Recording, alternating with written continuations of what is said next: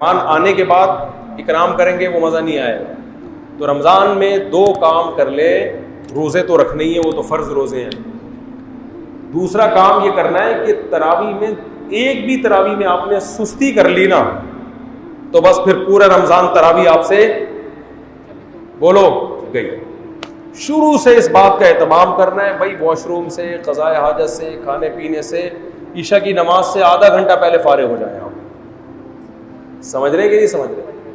और पहले से मस्जिद में सफ पे आके जगह घेर लें। तरावी जो पहली सफ में पढ़ने का मज़ा है वो 8वीं सफ में गरीबी वाले लोग चल रहे होते हैं, जो ट्राई करने के लिए पढ़ रहे हैं, कोई काम वाम नहीं है, चलो बैठ जाते हैं, रुकू में जाएगा तो बैठ जाएंगे, लंबी हो गई तो छोड़ो यार, ठीक है ना।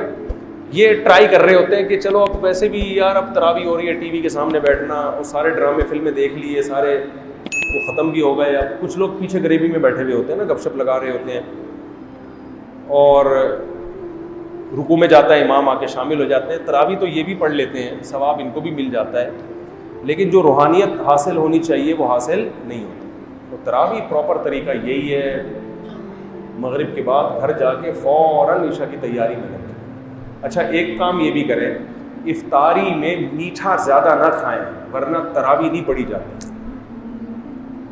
देखो इफ्तारी में खाना क्या है, रमज़ान जो है ना सेहत बनाने का बड़ा बेहतरीन नुस्खा है। इसमें अल्लाह आपको मौका देता है, अभी कोलेस्ट्रॉल को ख़त्म करवा दो, लेकिन रमज़ान में लोगों का मोटापा कम होने के बजाय बढ़ता है, क्योंकि इफ्तारी में तबीयत से तेल वाले पकोड़े फोड़ते हैं, तबीयत से बिरयानियाँ खाई जाती हैं, चाट और ये और वो एक ही दम इतना खाया जाता है कि आम दिनों में डिवाइड करके खाते थे, थोड़ा गनीमत थी, अब एकदम फोड़ते हैं, तो सेहत बनने के बजाय बिगड़ते, और रमज़ान में मौतें भी होती हैं बहुत। तो इसलिए रमज़ान का अल्लाह ने जो आपको पैकेज दिया है ना, इफ्तारी में आप खाएं क्या, हटो बच्चों हो जाएंगे आप 15-20 दिन मेरी बताई हुई खुराक अगर खाएंगे, 15-20 दिनों के बाद आपको ऐसा लगेगा कि मुफ्ती साहब जो 4 शादियों पे बयान करते थे वो गलत नहीं थे, कुछ उनमें हकीकत है।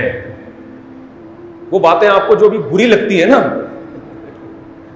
वो अच्छी लगना बोलो शुरू, जवान हो जाएंगे आप। एक काम आपने ये करना है कि ऑयल को सहरी इफ्तारी से निकालना है, कुकिंग ऑयल।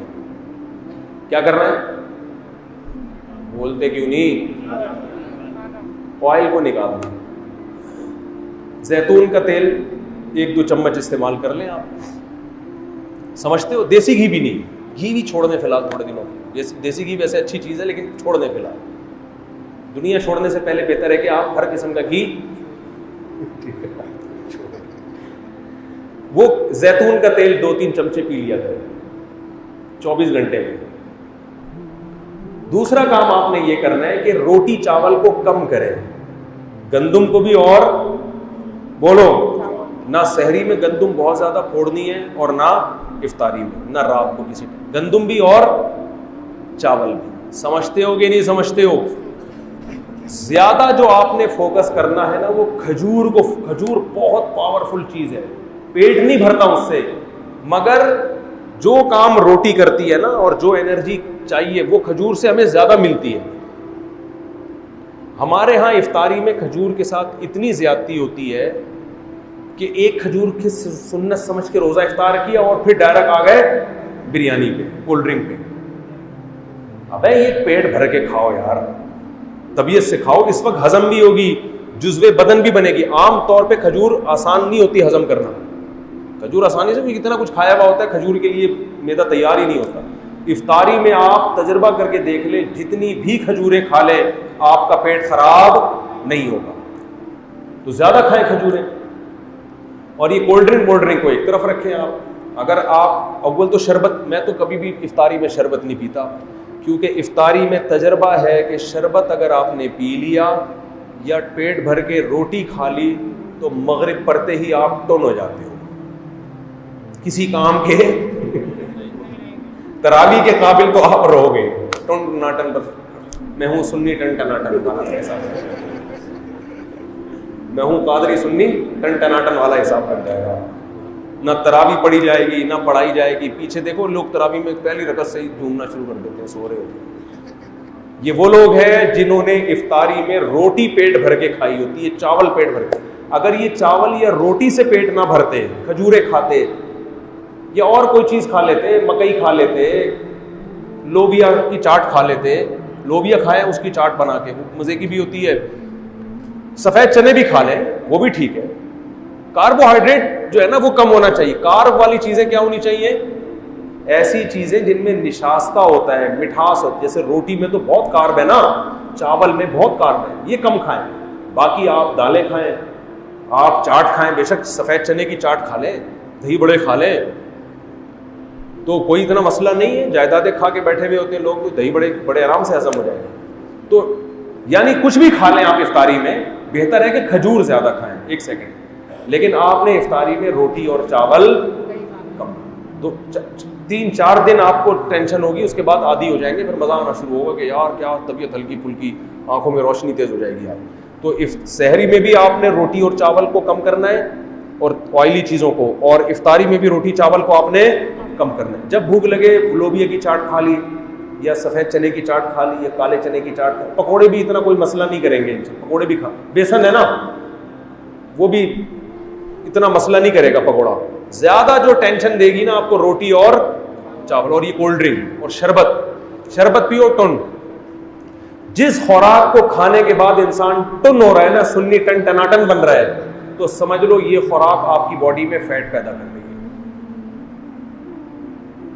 ये खुराक क्या कर रही है आपकी बॉडी में? ये उसूल याद रखो। शरबत पीते ही टुन होती है, तबीयत की नहीं होती तो तजर्बा करके देख ले। इसका मतलब ये क्या पैदा कर रही है? फैट। ये बॉडी को मोटा कर रही है। रोटी खाते ही तबीयत क्या हो जाती है? एकदम आदमी को गुनूद की। ये क्या कर रही है?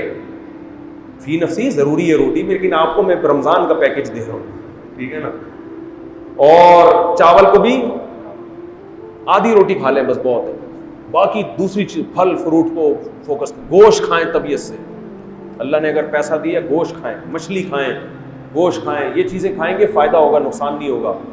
लेकिन रोटी चावल अगर आपने उसी स्पीड से फोड़ना शुरू किए जिस स्पीड से आप खा रहे हैं, तो रमज़ान आपको कोलेस्ट्रॉल का तोहफा देकर जाएगा, फैट चढ़ा के जाएगा, आँखों की बीनाई ख़राब हो जाएगी आपकी, शुगर की बीमारी पैदा होगी, हार्ट अटैक के ख़तरे। बहुत से लोग इफ्तारी करते ही लेटे तो उठे, पुलिस भी आके उठाया, पुलिस से भी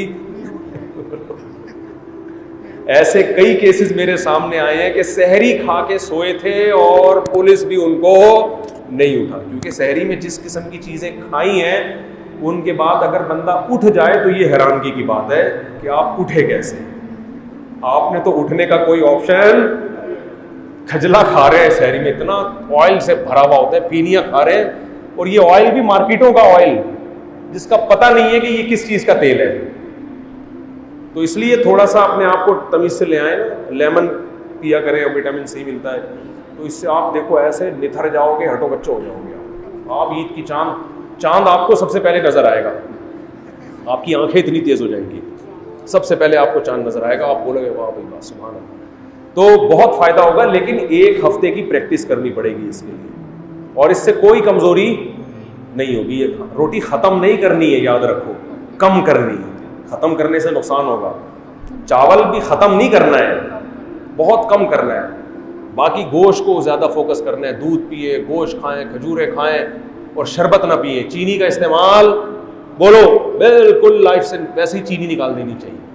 तो ये बड़ा ख़ानदानी पैकेज है, बड़ा मज़ा आएगा आपको। जी क्या कह रहे हैं आप? देखो एक बात याद रखो, एक टाइम खाया करो, इफ्तारी में भी खा रहे हैं, फिर मगरिब की नमाज पढ़ के भी खा रहे हैं, ये पागलों वाली हरकत है। वो तो बेहतरीन, ये तो बहुत अच्छा काम है। मेरी तो आदत है, हाँ मुझे पता है, मेरी तो आदत है, मैं हमारे यहाँ 15 मिनट बाद मगरिब की नमाज होती है, मैं इफ्तारी में खा लेता हूँ जितना खाना होता है, उसके बाद बस खत्म। बहुत अगर कभी तरावी के बाद भूख लगी तो खा लिया, वरना नहीं। लोग क्या कर रहे हैं, पहले इफ्तारी में खाते हैं, फिर मगरिब की नमाज पढ़ के आएंगे, फिर जाके खाना खाएंगे। हालांकि उनको पता है कि हमारी भूख, क्योंकि जब वक्फा आता है ना तो भूख नहीं रहती, फिर तो ये पेट खराब होता है। रमज़ान में बीमारियां कम होने के बजाय बढ़ती हैं, तो रमज़ान बदनाम होता है इससे। वो हालांकि रमज़ान का कसूर नहीं है, वो आपका अपना कसूर है। तो अगर आपने इफ्तारी के फ़ौरन बाद खाना खाना है तो इफ्तारी में 2-3 खजूरें खाएं, नमाज पढ़ें, फिर खाना खाएं। लेकिन अगर नहीं है तो फिर तमीज़ से खाना खा लें। और मस्जिद के इमाम को बोलें कि थोड़ा लेट पढ़ा दो भाई, कोई भागे नहीं जा रहे यार, थोड़ा 1 महीना है, खाने तो दो तमीज़ से। वो भी खड़े हुए होते हैं मौज़िन साहब, बस इधर आधा जल्दी जल्दी खा रहा है और उधर अजान की आवाज़ आ गई, जुगाली करते हुए आ रहे होते हैं मस्जिद में। मैंने तो देखा चलते चलते दस्तरखान से पकौड़ा पकड़ रहे होते हैं कि जमात भी पढ़नी और चलते चलते हर एक पकौड़ा। तो यहाँ मगरिब की नमाज में ताखीर जायज़ नहीं है, लेकिन एक उज़र है ना, तो हम तो कोशिश करते हैं अजान और मगरिब में कम से कम 15 मिनट में भी जिस कमबख्त का पेट ना भरे ना, तो ये पेट नहीं है, ये लालू खेत है।